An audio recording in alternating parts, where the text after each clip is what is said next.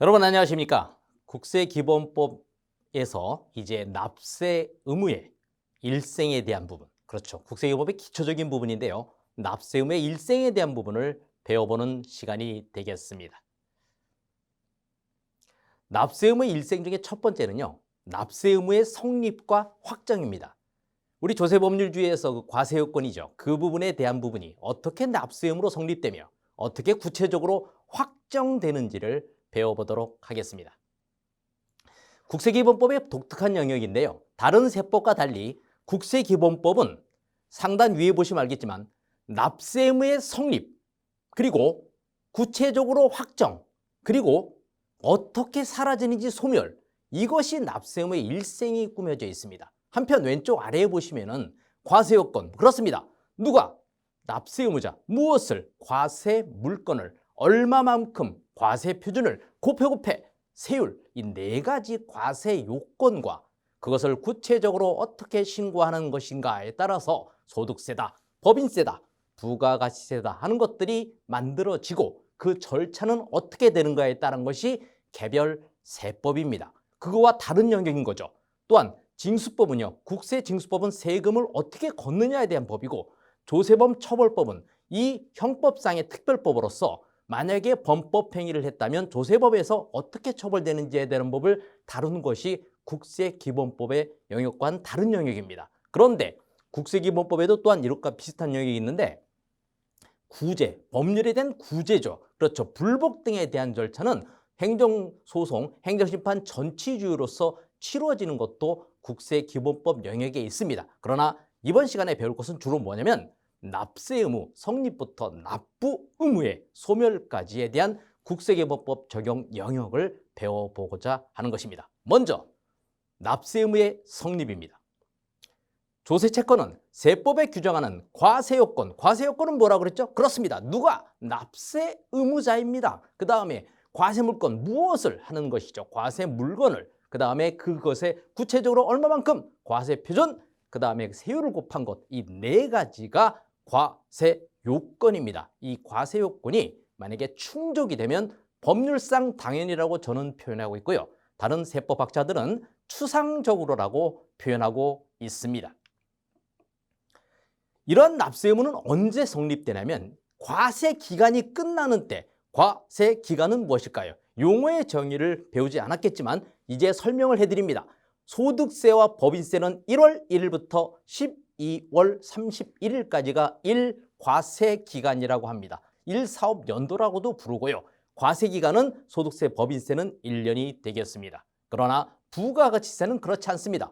1월 1일부터 6월 31일이 1기가 되고요. 7월 1일부터 12월 31일이 2기가 됩니다. 그래서 이 과세 기간이 끝나는 때 말이죠. 연도 말이거나 또는 분기 말에 끝날 때 성립하는 국세가 있습니다. 첫 번째 왼쪽에 보시면 소득세가 있고요. 법인세도 마찬가지입니다. 그러나 청산소득은 이게 청산 관련 법령에 따라서 그 법인이 해산할 때 성립이 됩니다. 한편 부가가치세는요. 6개월 단위로 과세기간 끝날 때 성립을 해서 부가세 1기 신고는 7월 25일 날 6월 말까지 끝난 거에 대해 7월 25일 신고하고 2기는 7월부터 12월까지를 1월 25일 날 신고하게 되는 것입니다. 그러나 세관을 통관할 때는 어떻게 됩니까? 그렇죠. 수입하는 재화는 세관장에게 수입 신고한 때 성립이 되겠습니다. 한편 맨 오른쪽 끝에 보시면 교육세는요. 원래 따라쟁이인데 특별하게도 금융보험업자의 수익금액에 부과되는 교육세는 과세기간이 끝나는 때 성립하도록 특별 의무를 부여하고 있습니다. 금융보험업자만 여기에 해당되므로 유의하셔야 될 것입니다. 그리고 과세 사실이 발생할 때, 과세 기간이 아닌 이건 사실입니다. 누군가 돌아가셨습니다. 돌아가시면은 돌아가신 분에게 앞에 피자를 붙여서 피상속인이라고 부르고요. 살아계신 분들을 상속인이라고 부릅니다. 바로 이것이 돌아가신 분과 그 남아 계신 분들이 있던 이 사건, 즉 누군가 사망, 돌아가셔서 상속이 개시된다고 합니다. 그럴 때 상속세가 성립이 되고요. 증여세는요. 자, 어떤 물건이나 또는 어떤 이익을 공짜로 취득하는 것을 증여라고 합니다. 증여자는 공짜로 가져가라고 이렇게 뒷짐을 지고 있지만 수증자는 감사합니다 하고 받거든요. 이 받을 것을 원래는 받을 숫자지만 손숫자로 생각하시면 이해하기 쉬울 것입니다. 해서 증여세는 어떤 증여, 무상으로 주는 그 행위에 의해서 재산을 얻게 된 취득할 때 증여세가 성립하게 되겠습니다. 한편 오른쪽 끝에는 우리 다들 학창시절에 한 번씩은 겪어봤던 얘기와 연결이 될 겁니다. 먼저 윗줄에는 개별 소비세, 교통에너지, 환경세, 긴 말이 있습니다. 이런 것들은 과세 물품을 제조장에서 만약에 반출장 또는 판매장으로 나갈 때 또는 과세 장소에 들어가거나 과세 유흥 장소에 가서 어떤 이게 술을 하거나 또 안주 같은 유흥 음식 행위를 할 때 또는 그런 곳에서 영업행위 할 때 그렇습니다. 출입할 때 바로 성립하는 그런 과세사실이 발생할 때 성립하는 국세가 되겠습니다. 한편 수입 물품의 경우는 세관장에게 수입 신고할 때가 바로 과세사실이 발생할 때가 되겠습니다. 자, 그리고 인지세가 있습니다. 두 번째 과세사실이 발생할 때 두 번째 사례인데요. 인지세는 자, 우리 부동산을 사고 팔기로 하지 라고 하면 그래 갑을 해서 갑은 파는 사람, 을은 사는 사람 해가지고 양도 관련 계약서를 매매 계약서를 쓸 겁니다. 거기에 대해서 이 계약서 과세문서를 만들면 뭡니까? 인지를 붙여야 돼라고 얘기합니다. 그 인지를 옛날엔 실제로 붙였습니다. 그런데 지금은 전자인지까지 나왔죠. 바로 이러한 과세문서, 즉 계약서 등을 작성한 때 그 사실 발생할 때 성립하는 국세가 되겠습니다. 한편 증권거래세는요. 증권에 대한 그 주식 사고 파는 거에 대해서 매매 거래 확정이 되는 순간 자동적으로 원천징수가 됩니다. 그래서 그 과세 사실이 발생할 때 성립하는 국세에 해당되겠습니다. 과세 기준일에 성립하는 국세는 이 강의를 듣는 모든 분들이 또 다 내셨으면 좋겠다는 생각이 드는 세금인데요. 그렇습니다. 부자들만 낸다는 바로 그 세금, 종합부동산세가 되겠습니다. 종합부동산세는 머릿속에 기억하기도 쉽습니다. 왜요? 글자가 독특합니다. 언제입니까? 과세 기준일에 성립합니다. 근데 이걸 날짜로 표현하면 매년 6월 1일이 됩니다. 이 6월 1일이 과세 기준일에 성립하고요. 종합부동산세는 바로 그날에 성립하는 국세가 되겠습니다. 한편 아래쪽에 보시면 본세의 납세 의무가 성립할 때 성립하는 따라쟁이 국세가 있습니다. 그중에 첫 번째로 농어촌 특별세가 있는데요. 농민들의 그 수익을 보존하기 위해서 감면 등이 발생한다면 양도나 기타 법인 소득에서 감면이 발생하면 그 감면에 따라 농어촌 특별세를 부과하도록 특별세로서 성립합니다. 그래서 따라쟁이가 되겠고요. 또한 국세에 부과되는 교육세에도 따라쟁이가 됩니다. 그렇습니다. 국세의 어떤 교육에 대한 이 발전에 이바지하기 위해서 우리가 어떤 사항이 벌어지면 교육세를 부과하도록 되어 있는 특별 세목이 되겠죠. 그런데 그 국세에서 따라쟁이가 됐는데 특별한 게 뭐였습니까? 맨 두 장 전에 설명해 드렸던 금융보험업자의 수익금액에 부과되는 교육세는 이거와 달리 과세기간이 끝나는 때 성립한다고 했으므로 유의하시면 되겠습니다. 한편 가산세는 왜 따라쟁이였는데 별도 장으로 만들었을까요? 그렇습니다. 작년부터 엄청나게 가산세가 성립 시기가 늘어났기 때문입니다. 보겠습니다. 원래 맨 밑에 그 밖에 가산세 하나만 재작년까지는 있었습니다. 그러나 최근에 법이 바뀌어서 가산세 납세 의무 성립 시기가 신고를 안 했거나 또는 적게 신고했거나 환급을 많이 신고했을 때의 가산세는 법정 신고 기한이 경과하는 때라고 되어 있습니다. 그렇습니다. 이건 기존에 그렇죠. 가산세와 큰 차이가 없습니다. 또한 원천징수 등 납부전 가산세도 원래 법정 납부 기한이 경과하는 때라서 원래 가산세와 별 차이가 없습니다. 그러나 납부전 가산세가 생기면서 가산세와 가산금이 합쳐지는 결과가 나왔죠. 그래서 그로 인해서 파급 효과가 생겼습니다. 무엇입니까? 가산세의 성립 시기 자체도 따라줘야 된다는 말이 나왔습니다. 그래서 첫 번째 47조의 4, 1호, 2호에 따른 납부전 가산세는 법정 납부기한 경과 후 1일마다 그날이 경과하는 때, 즉 과세기간 경과 후 고지 체납이 딱 시작하면서 붙는 첫 번째의 가산금과 관련되는 그런 금액이 되겠습니다. 또한 중과상금도 여기에 포함되어 있겠죠. 1일마다 그날이 경과하는 때이므로요. 그 다음에 47조 4, 제3호에 따른 납부전 가산세는 뭡니까? 국세징수법에 따른 지정납부기한 납부고지서의 그 납부기한이 경과할 때에부터 붙는 가산세라고 별도로 표시하지 아니하면 안 되게 되었던 거죠. 이건 뭐죠? 신고기한이죠. 이건 납부고지에 따른 지정 납부기한입니다. 차이가 있다는 걸 유의하셔야 될 것 같습니다. 그렇다면 재작년까지 있었던 건 뭐였죠? 그렇죠. 가산할 국세의 납세 의무가 성립할 때 성립하는 따라쟁이 국세는 여전히 존재해 있고요. 위에 네 가지는 국세기본법상에 특별히 연결되어 있는 가산세가 되므로 올해는 굉장히 복잡해진 사항으로 우리가 공부를 해야 될 것 같습니다. 자, 예외적인 시기에 성립하는 국세는 좀 독특한 사항들이므로 이해를 하셔야 됩니다. 왼쪽 위부터 볼까요? 원천 징수하는 소득세 법인세는 무엇입니까? 세무조사와 연결이 되어 있습니다. 소득금액 또는 수익금액을 지급할 때, 자, 세무조사를 나가가지고 여기에 돈이 갔다가 10억 정도가 빠져나갔는데 이 돈을 도저히 출처를 밝힐 수 없는 세무조사를 마감해야 되므로 우리는 그렇습니다. 인정상여, 즉 대표자가 그 금액을 가져간 걸로 봐서 인정상여라는 처분을 하게 됩니다. 그러면서 그 인정상여 원천징수 의무를 법인에게 부여하고 법인에게 무엇을 줄까요? 소득금액, 변동, 통지서라는 걸 주게 됩니다. 자, 원천징수세에 오고 통지해주고 그 소득자의 주소지로도 역시 소득금액 변동 통지를 보내게 됩니다. 그러면 법인세의 소득금액에 대한 법인이 원천징수할 의무, 그 다음에 소득세에서 신고할 의무 두 가지가 만들어지게 되겠죠. 이러한 시기에 바로 납세 의무가 성립하게 됩니다. 한편 오른쪽에 납세조합이 징수하는 소득세 또는 예정신고 납부하는 소득세라고 써 있습니다. 납세조합은요, 그렇습니다. 중기조합 또는 어업조합, 도매물가조합 이런 것도 있죠. 그 다음에 예정신고 납부하는 소득세라 하면 현재 우리 법령에는 예정신고 납부하는 소득세는 유일하게 양도소득세만 남아 있습니다. 그래서 이것은 언제? 오늘 팔았다고 하더라도 이달 말로 보내서 성립시킵니다. 그래서 답이 뭘까요? 납세조합에 징수하는 소득세 또는 예정신고가 납부하는 소득세는 과세편이 되는 금액이 발생한 달의 말일이 되겠습니다. 왼쪽 아래를 보시면요. 중간연합 소득세 법인세 또는 예정신고기간, 예정부과기간에 대한 부가세는 이 제목 자체의 그 기간이 끝나는 때에 성립합니다. 그래서 중간연합하는 소득세나 법인세 또는 예정신고기간, 예정부과기간에 대한 부가세는 중간연합기간 또는 예정신고기간, 예정부과기간이 끝나는 때 성립한다고 보시면 됩니다. 한편 오른쪽 아래에 수시부가란 말이 있습니다. 이건 뭘까요? 그렇습니다. 간단하게 생각해서 계절사업을 생각하시면 너무 쉽습니다. 계절사업은 뭘까요?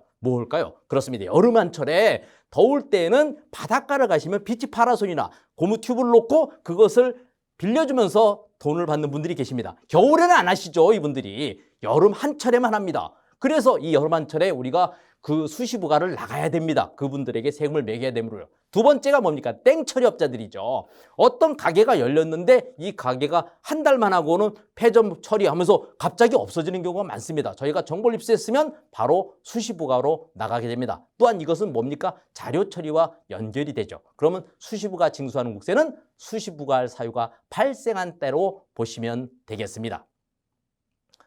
자, 이러한 납세 의무의 성립이 되었다면 이걸 구체적으로 얼마의 세금이다 라고 확정을 짓는 절차가 바로 지금부터 배울 납세 의무의 확정입니다. 납세 의무의 확정은 뭘까요? 과세요건 충족으로 추상적으로 납세 의무가 성립한, 여기까지는 바깥세계의 세법학자들이 얘기하는 거죠. 김 교수는 뭐라고 그랬죠? 법률상 당연히 성립한 이 국세가 납부 또는 징수하기 위해서는 그 세액이 납세 의무자 또는 과세관청의 일정한 행위나 절차에 의해서 구체적으로 확정되어야 하는데 그것을 납세 의무의 확정이라고 부르자라고 법에 되어 있는 것입니다. 자, 그렇다면 어떻게 되겠습니까? 신고납부 세목입니다. 소득세, 법인세, 부가세입니다. 소득세를 신고했습니다. 5월 달에 신고했습니다. 예, 신고하셨군요. 자기 신고하셨군요. 자기 결정하셨군요. 자기 확정하셨군요. 라고 저희가 인정해 줍니다. 신고납부 세목은 납세자의 신고에 의해서, 납세 의무자의 신고에 의해서 과세표준과 세액이 확정되기 때문에 1차 확정권이 납세 의무자에게 주어집니다. 그런데 어이구, 깜빡 잊고 부가세 신고 안 했네. 예, 신고 안 하셨군요. 애석합니다. 부득이하게 우리 과세관청이 개입해서 사장님의 세금을 결정해 드리겠습니다. 사장님의 세금을 확정해 드리겠습니다 하고 무신고 시에 과세관청이 개입해서 신고납부 세목은 확정해 드리는 것입니다. 한편 정부 결정, 정부 부과 세목이라고 부르는 그 세목입니다. 무엇일까요? 그렇죠. 상속세, 증여세, 종합부동산세가 현행 법령엔 열거가 되어 있습니다. 그런데 신고납부 세목으로 열거되지 아니한 세목은 모두 정부 결정 세목으로 본다고 재작년에 세법이 개정되었으므로 앞으로 신고납부 세목 열거 안 돼 있으면 정부 결정 세목이 될 것입니다. 자, 정부 결정 세목은 뭡니까? 과세관청에게 일단 증여세입니다. 이번에 우리 아들에게 10억짜리 물건을 줬어. 그래서 내가 이것을 증여세 신고를 했지. 잘했지. 네, 사장님 감사합니다. 저희에게 협조해 주셔서 참으로 감사합니다. 사장님은 법정으로 정한 기간 내에 사장님의 세금을 우리가 확정해 드리도록 하겠습니다. 즉 과세관청이 부과 결정 확정 처분에 의해서 과세평가 세액을 확정하는 것이지 납세 의무자의 신고는 무엇입니까? 과세자료 회출 협력 의무에 불과한 것이 되겠습니다. 자, 여기에 보면요. 신고에 확정되는 국세가 있습니다. 소득세, 법인세, 부가세, 개별소비세, 주세, 증권거래세, 교육세 또는 교통, 에너지, 환경세 등 여러 가지 세목은 거의 해당 국세의 과세평가 세액을 정부에 신고하는 때 확정됩니다. 두 번째, 이걸 신고 안 했습니다. 납세의무자의 무신고 또는 신고한 과세표준과 또는 세액이 정한 그 금액과 맞지가 않습니다. 그러면 저희가 정상 신고했다고 납세자들은 그러지만 납세의무자의 신고를 봤더니 이분이 수집한 자료보다 적게 신고한 경우가 나올 수 있습니다. 그렇다면 그 과세평가 세액을 다시 추가로 저희가 확정하죠. 그러면 그 확정하는 때에 확정이 되는 것이 가운데 내용이 되겠습니다. 한편 맨 밑에 세 번째가 중요한데요. 납세의무자가 종합부동산세입니다. 좀 전에 설명할 때 정부 부과 세목에 상속세, 증여세, 종합부동산세가 나왔는데 여기 왜 나올까요? 신고에 확정되는 국세. 그렇습니다. 종합부동산세도 1차 확정권을 납세 의무자에게 부여하고 있습니다. 납세 의무자가 종합부동산세 과세평가 세액을 정부에 신고할 때는 그 신고하는 때에 납세 의무의 확정으로 1차 확정권을 부여해 드립니다. 그러나 이 세목의 뿌리는 정부 부과 세목이므로 면밀히 추적해봐서 틀릴 경우에는 다시 정부가 결정하는 겁니다. 따라서 만약에 이상이 없다면 1차 확정권이 그대로 확정권으로 형성되게 되겠습니다.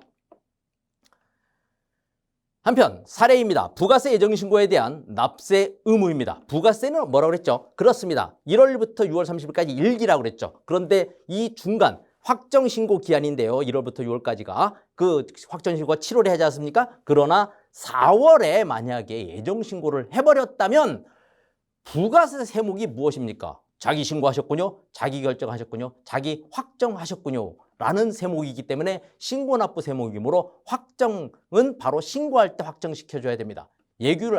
법률 판례를 보면 사업 양수도입니다. 즉 어떤 사람의 법률지를 그 뒷사람이 승계에 받아서 최근에는 그것이 이제 고의적으로 갖다가 사업을 갖다가 숨기려고 하거나 또는 정상적으로 그 사람들 간에 확정적인 내용들이 있거나 그런 특수관계가 되거나 이런 식으로 설명돼 있죠. 이런 사업 양수도로 인해서 양도인의 납세 의무가 확정된 사업에 관한 국세는 그 납세 의무 확정일 이전에 대해서만 우리 부가세가 포함이 되는 걸로 그 양수도 되는 걸로 되어 있기 때문에 이때는 예정신고 납부분도 바로 이 확정 효력을 부여해서 그 사업 양수도에 따른 제2차 납세 의무를 부여하는 것을 인정한 판례가 되겠습니다.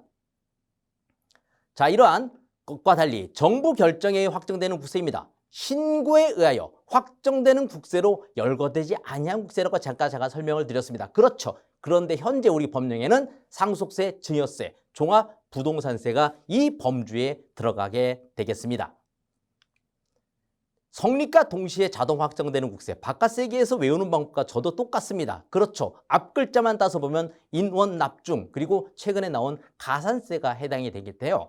성립과 동시에 자동적으로 확정까지 돼버립니다. 인지세, 과세문서에 인지를 붙여야 돼. 그때죠. 원천징수하는 소득세, 법인세. 그렇습니다. 그때 바로 성립과 동시에 확정까지 돼버립니다. 그리고 납세 조합이 징수하는 소득세죠. 예외적인 거였죠. 예외적인 것들이 다 성립과 동시에 확정되는 국세의 열거가 돼버렸네요. 그리고 중간 연합하는 소득세가 아닌 법인세만 해당되는데요. 정부가 조사 결정하는 경우는 제외됩니다. 그리고 최근에 들어온 납부지연 가산세 및 원천징수 등 납부지연 가산세는 성립과 동시에 자동 확정되는 국세로 열거되어 있습니다. 그래서 정부 결정에 확정되는 국세가 아닌 것으로 열거되어 있으니 유의하셔야 될 것입니다.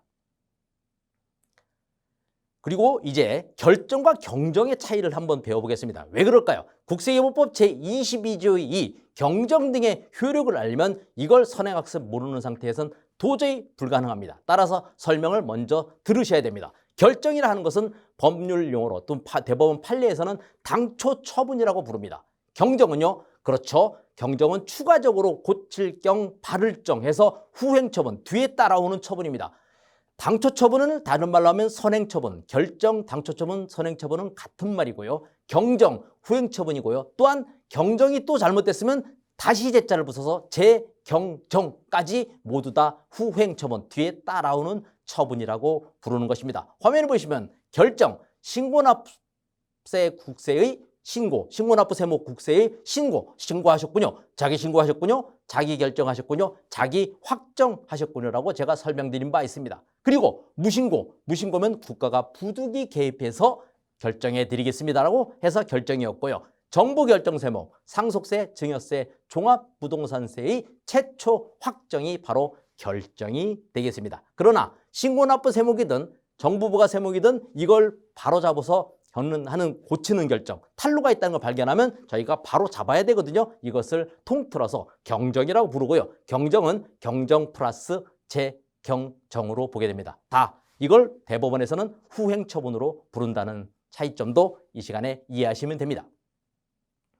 자, 이런 것들 결정과 경정의 법률 관계에는 경정이 있는 경우에는 당초 처분과 결정 경정 그리고 경정과 재경정 효력에 관해서 소송을 도대체 제기했을 때 불복의 범위가 어디까지일까? 그리고 이 불복 기간이 다 존중될 수 있을까? 제척 기간과 소멸시효는 어떻게 되지? 라는 학설과 판례가 존재했는데 최근에 우리 그 법률적 흐름을 보면 감액에 대해서는 역급수설, 그 다음에 증액에 대해서는 흡수병전설이 현재 트렌드가 되어 있습니다. 옛날에 대법원에서는 흡수를 존중했다가 이 국세기본법 22조에 경정 등 효력이 생긴 병전설이 존중되었었습니다. 그러나 감액은 역급수설, 아무도 이견이 없고요. 그 다음에 최근의 트렌드는 흡수병전설로 가고 있다는 것을 먼저 선행지식 가지고 이제부터 찬찬히 설명을 드리도록 하겠습니다.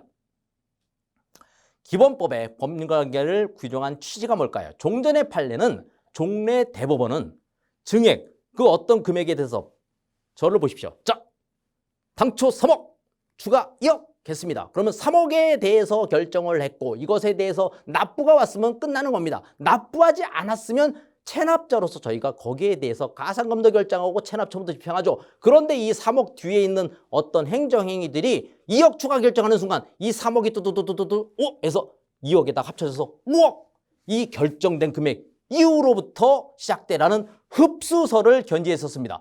흡수설을 견지하다 보니 어떤 문제가 벌어졌을까요? 자, 첫 번째 줄에 보시면은 당초 처분에 근거한 가산금 결정과 체납 처분 등의 선행 절차가 모두 무효가 되는 문제가 생겼고요. 그 다음에 또 어떤 문제가 있습니까? 옛날에 이 법이 병전설 법이 만들어지기 전에 3억 해놓고 이분이 내가 모르고 인건비 1억을 빼먹었네? 라고 생각한 겁니다. 그런데 불복기간이 다 지났네? 어떡하지? 그렇다면 이제 법률을 좀 아는 사람들이 그 당시에 이렇게 이용을 했던 거죠. 사장님 혹시 매출누락 자료 10만 원짜리 있으세요? 있어요. 그럼 10만 원짜리 매출누락 됐습니다 라고 해서 정보를 흘려가지고 과세관청은 당연히 세금을 걷기 위한 노력을 하죠. 그래서 부가세 10,000원하고 소득세 파생해봐야 얼마 되지도 않는 8억 10만 원짜리 자료처리를 하면 3억 10만 원이 되는 순간 흡수돼가지고 그 다음에는 3억 10만 원 갖고 따질 수 있죠. 납세자가 고의적으로 적은 금액의 경정사유를 제공해서 증액 경정처분을 받아서 이미 불복기간이 다 경과한 당초 처분에 대해서도 1억을 갖고 올 수 있는 거죠. 소득세에서. 그런 식으로 공제를 받다 보니 흡수설에 문제가 있다고 생각이 됐습니다. 그래서 병전설이 들어왔죠. 어떤 겁니까? 3억 결정했습니다. 오케이. 3억 결정했으면 3억 이후에 모든 절차는 그대로 가. 뭐 살아있어. 딱 2억. 2억 결정했으면 뭡니까? 3억 결정됐으면 이거 건드리지 마. 2억. 나란히 병 존재할 존. 병존설. 3억 이후의 행정행위는 냅두고 2억 이후의 행정행위, 즉 증액 경정처분 받은 이후의 것으로 다퉈라라는 병존설이 우리 법령에 들어오게 된 것입니다. 그렇다면 이 부분이 갖다가 존중되고요. 또 이런 식으로 불법기간 지난 거를 건드릴 순 없겠죠. 그런데 대법원에서는 여기서 함정이 있다는 것을 발견하게 됩니다. 당초에 3억 결정하고 2억 결정한 이 이전에 숨어있던 위법한 사유는 건드릴 수 없는 결과를 바로 건드리기 시작한 거죠. 보겠습니다. 그래서 당초 확정된 세액을 증가시키는 경정은 이게 2002년도에 22조의 2, 222로 됐습니다. 그런다 2018년도부터는 223로 바뀌었죠. 22조의 3으로 개정되었는데요. 그건 맨 끝에 설명드릴 수정신고의 효력 명확화 때문에 그렇게 된 것입니다.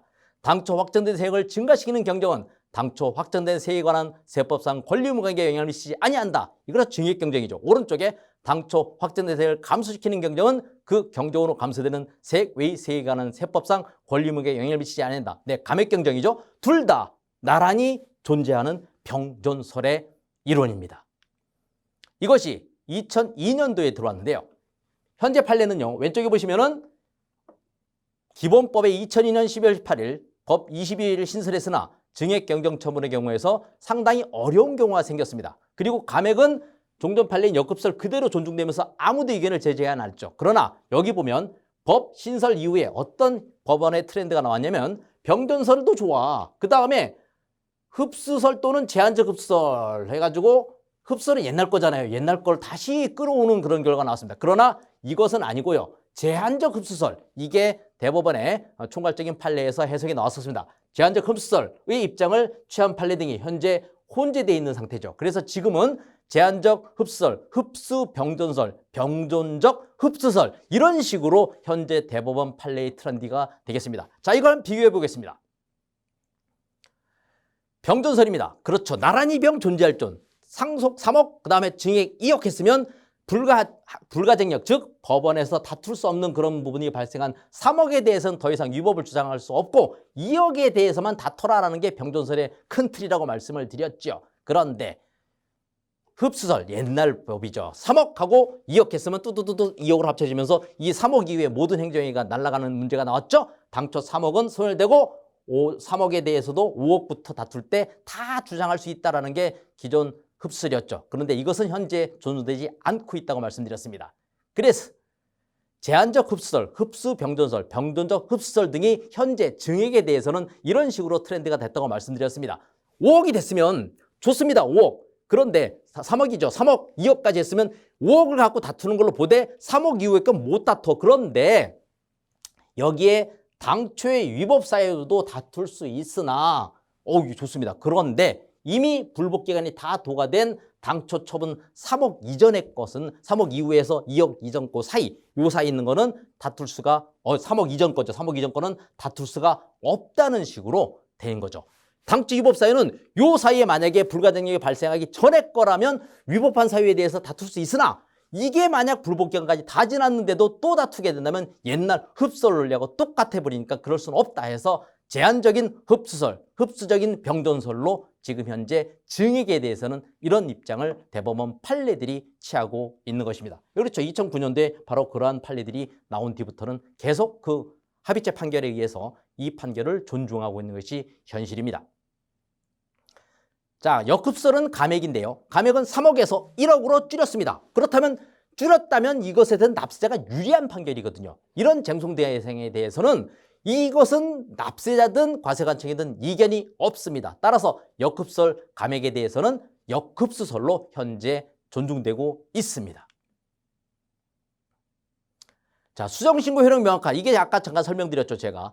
원래 222 규정, 22조 2 경정 등의 효력이 신설될 때에는 경정 청구, 즉 그 병존설이 있었는데 이게 수정신고의 효력 명확하라는 규정이 22조의 2를 차지하게 되면서 2018년 12월 31일 개정되면서 223, 22조의 3이 경정 등의 효력 규정이 한 칸 밀렸습니다. 자, 보겠습니다. 22조가 어떻게 되는지. 당초 신고에 따라 납세의무가 확정되는 국세의 수정신고. 뭡니까? 신고했습니다. 아, 예, 자기 신고하셨군요. 자기 결정하셨군요. 자기 확정하셨군요. 라고 확정력을 부여했지 않습니까? 신고납부 세목은.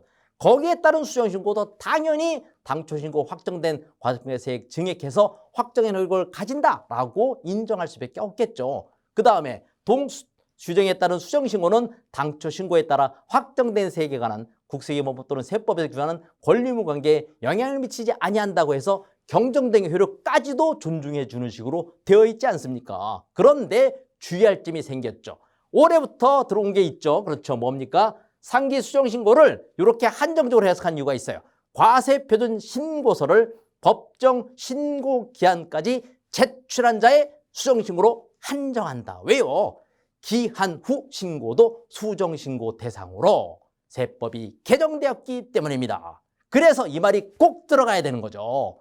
기한 후 신고도 수정신고 또는 경정청구의 대상이 되었으므로 이 수정신고 확정력을 부여하지 못하지 않습니까? 기한 후 신고는 우리 기한 지난 다음에 신고했기 때문에 자기 신고가 아니거든요. 그건 정부가 결정할 때까지 확정력이 없습니다. 그래서 여기에다 말하는 수정신고는 과세표준 신고서를 법정 신고기한까지 제출한 자의 수정신고로 한정해서 수정신고 효력 명확화가 되는 것입니다.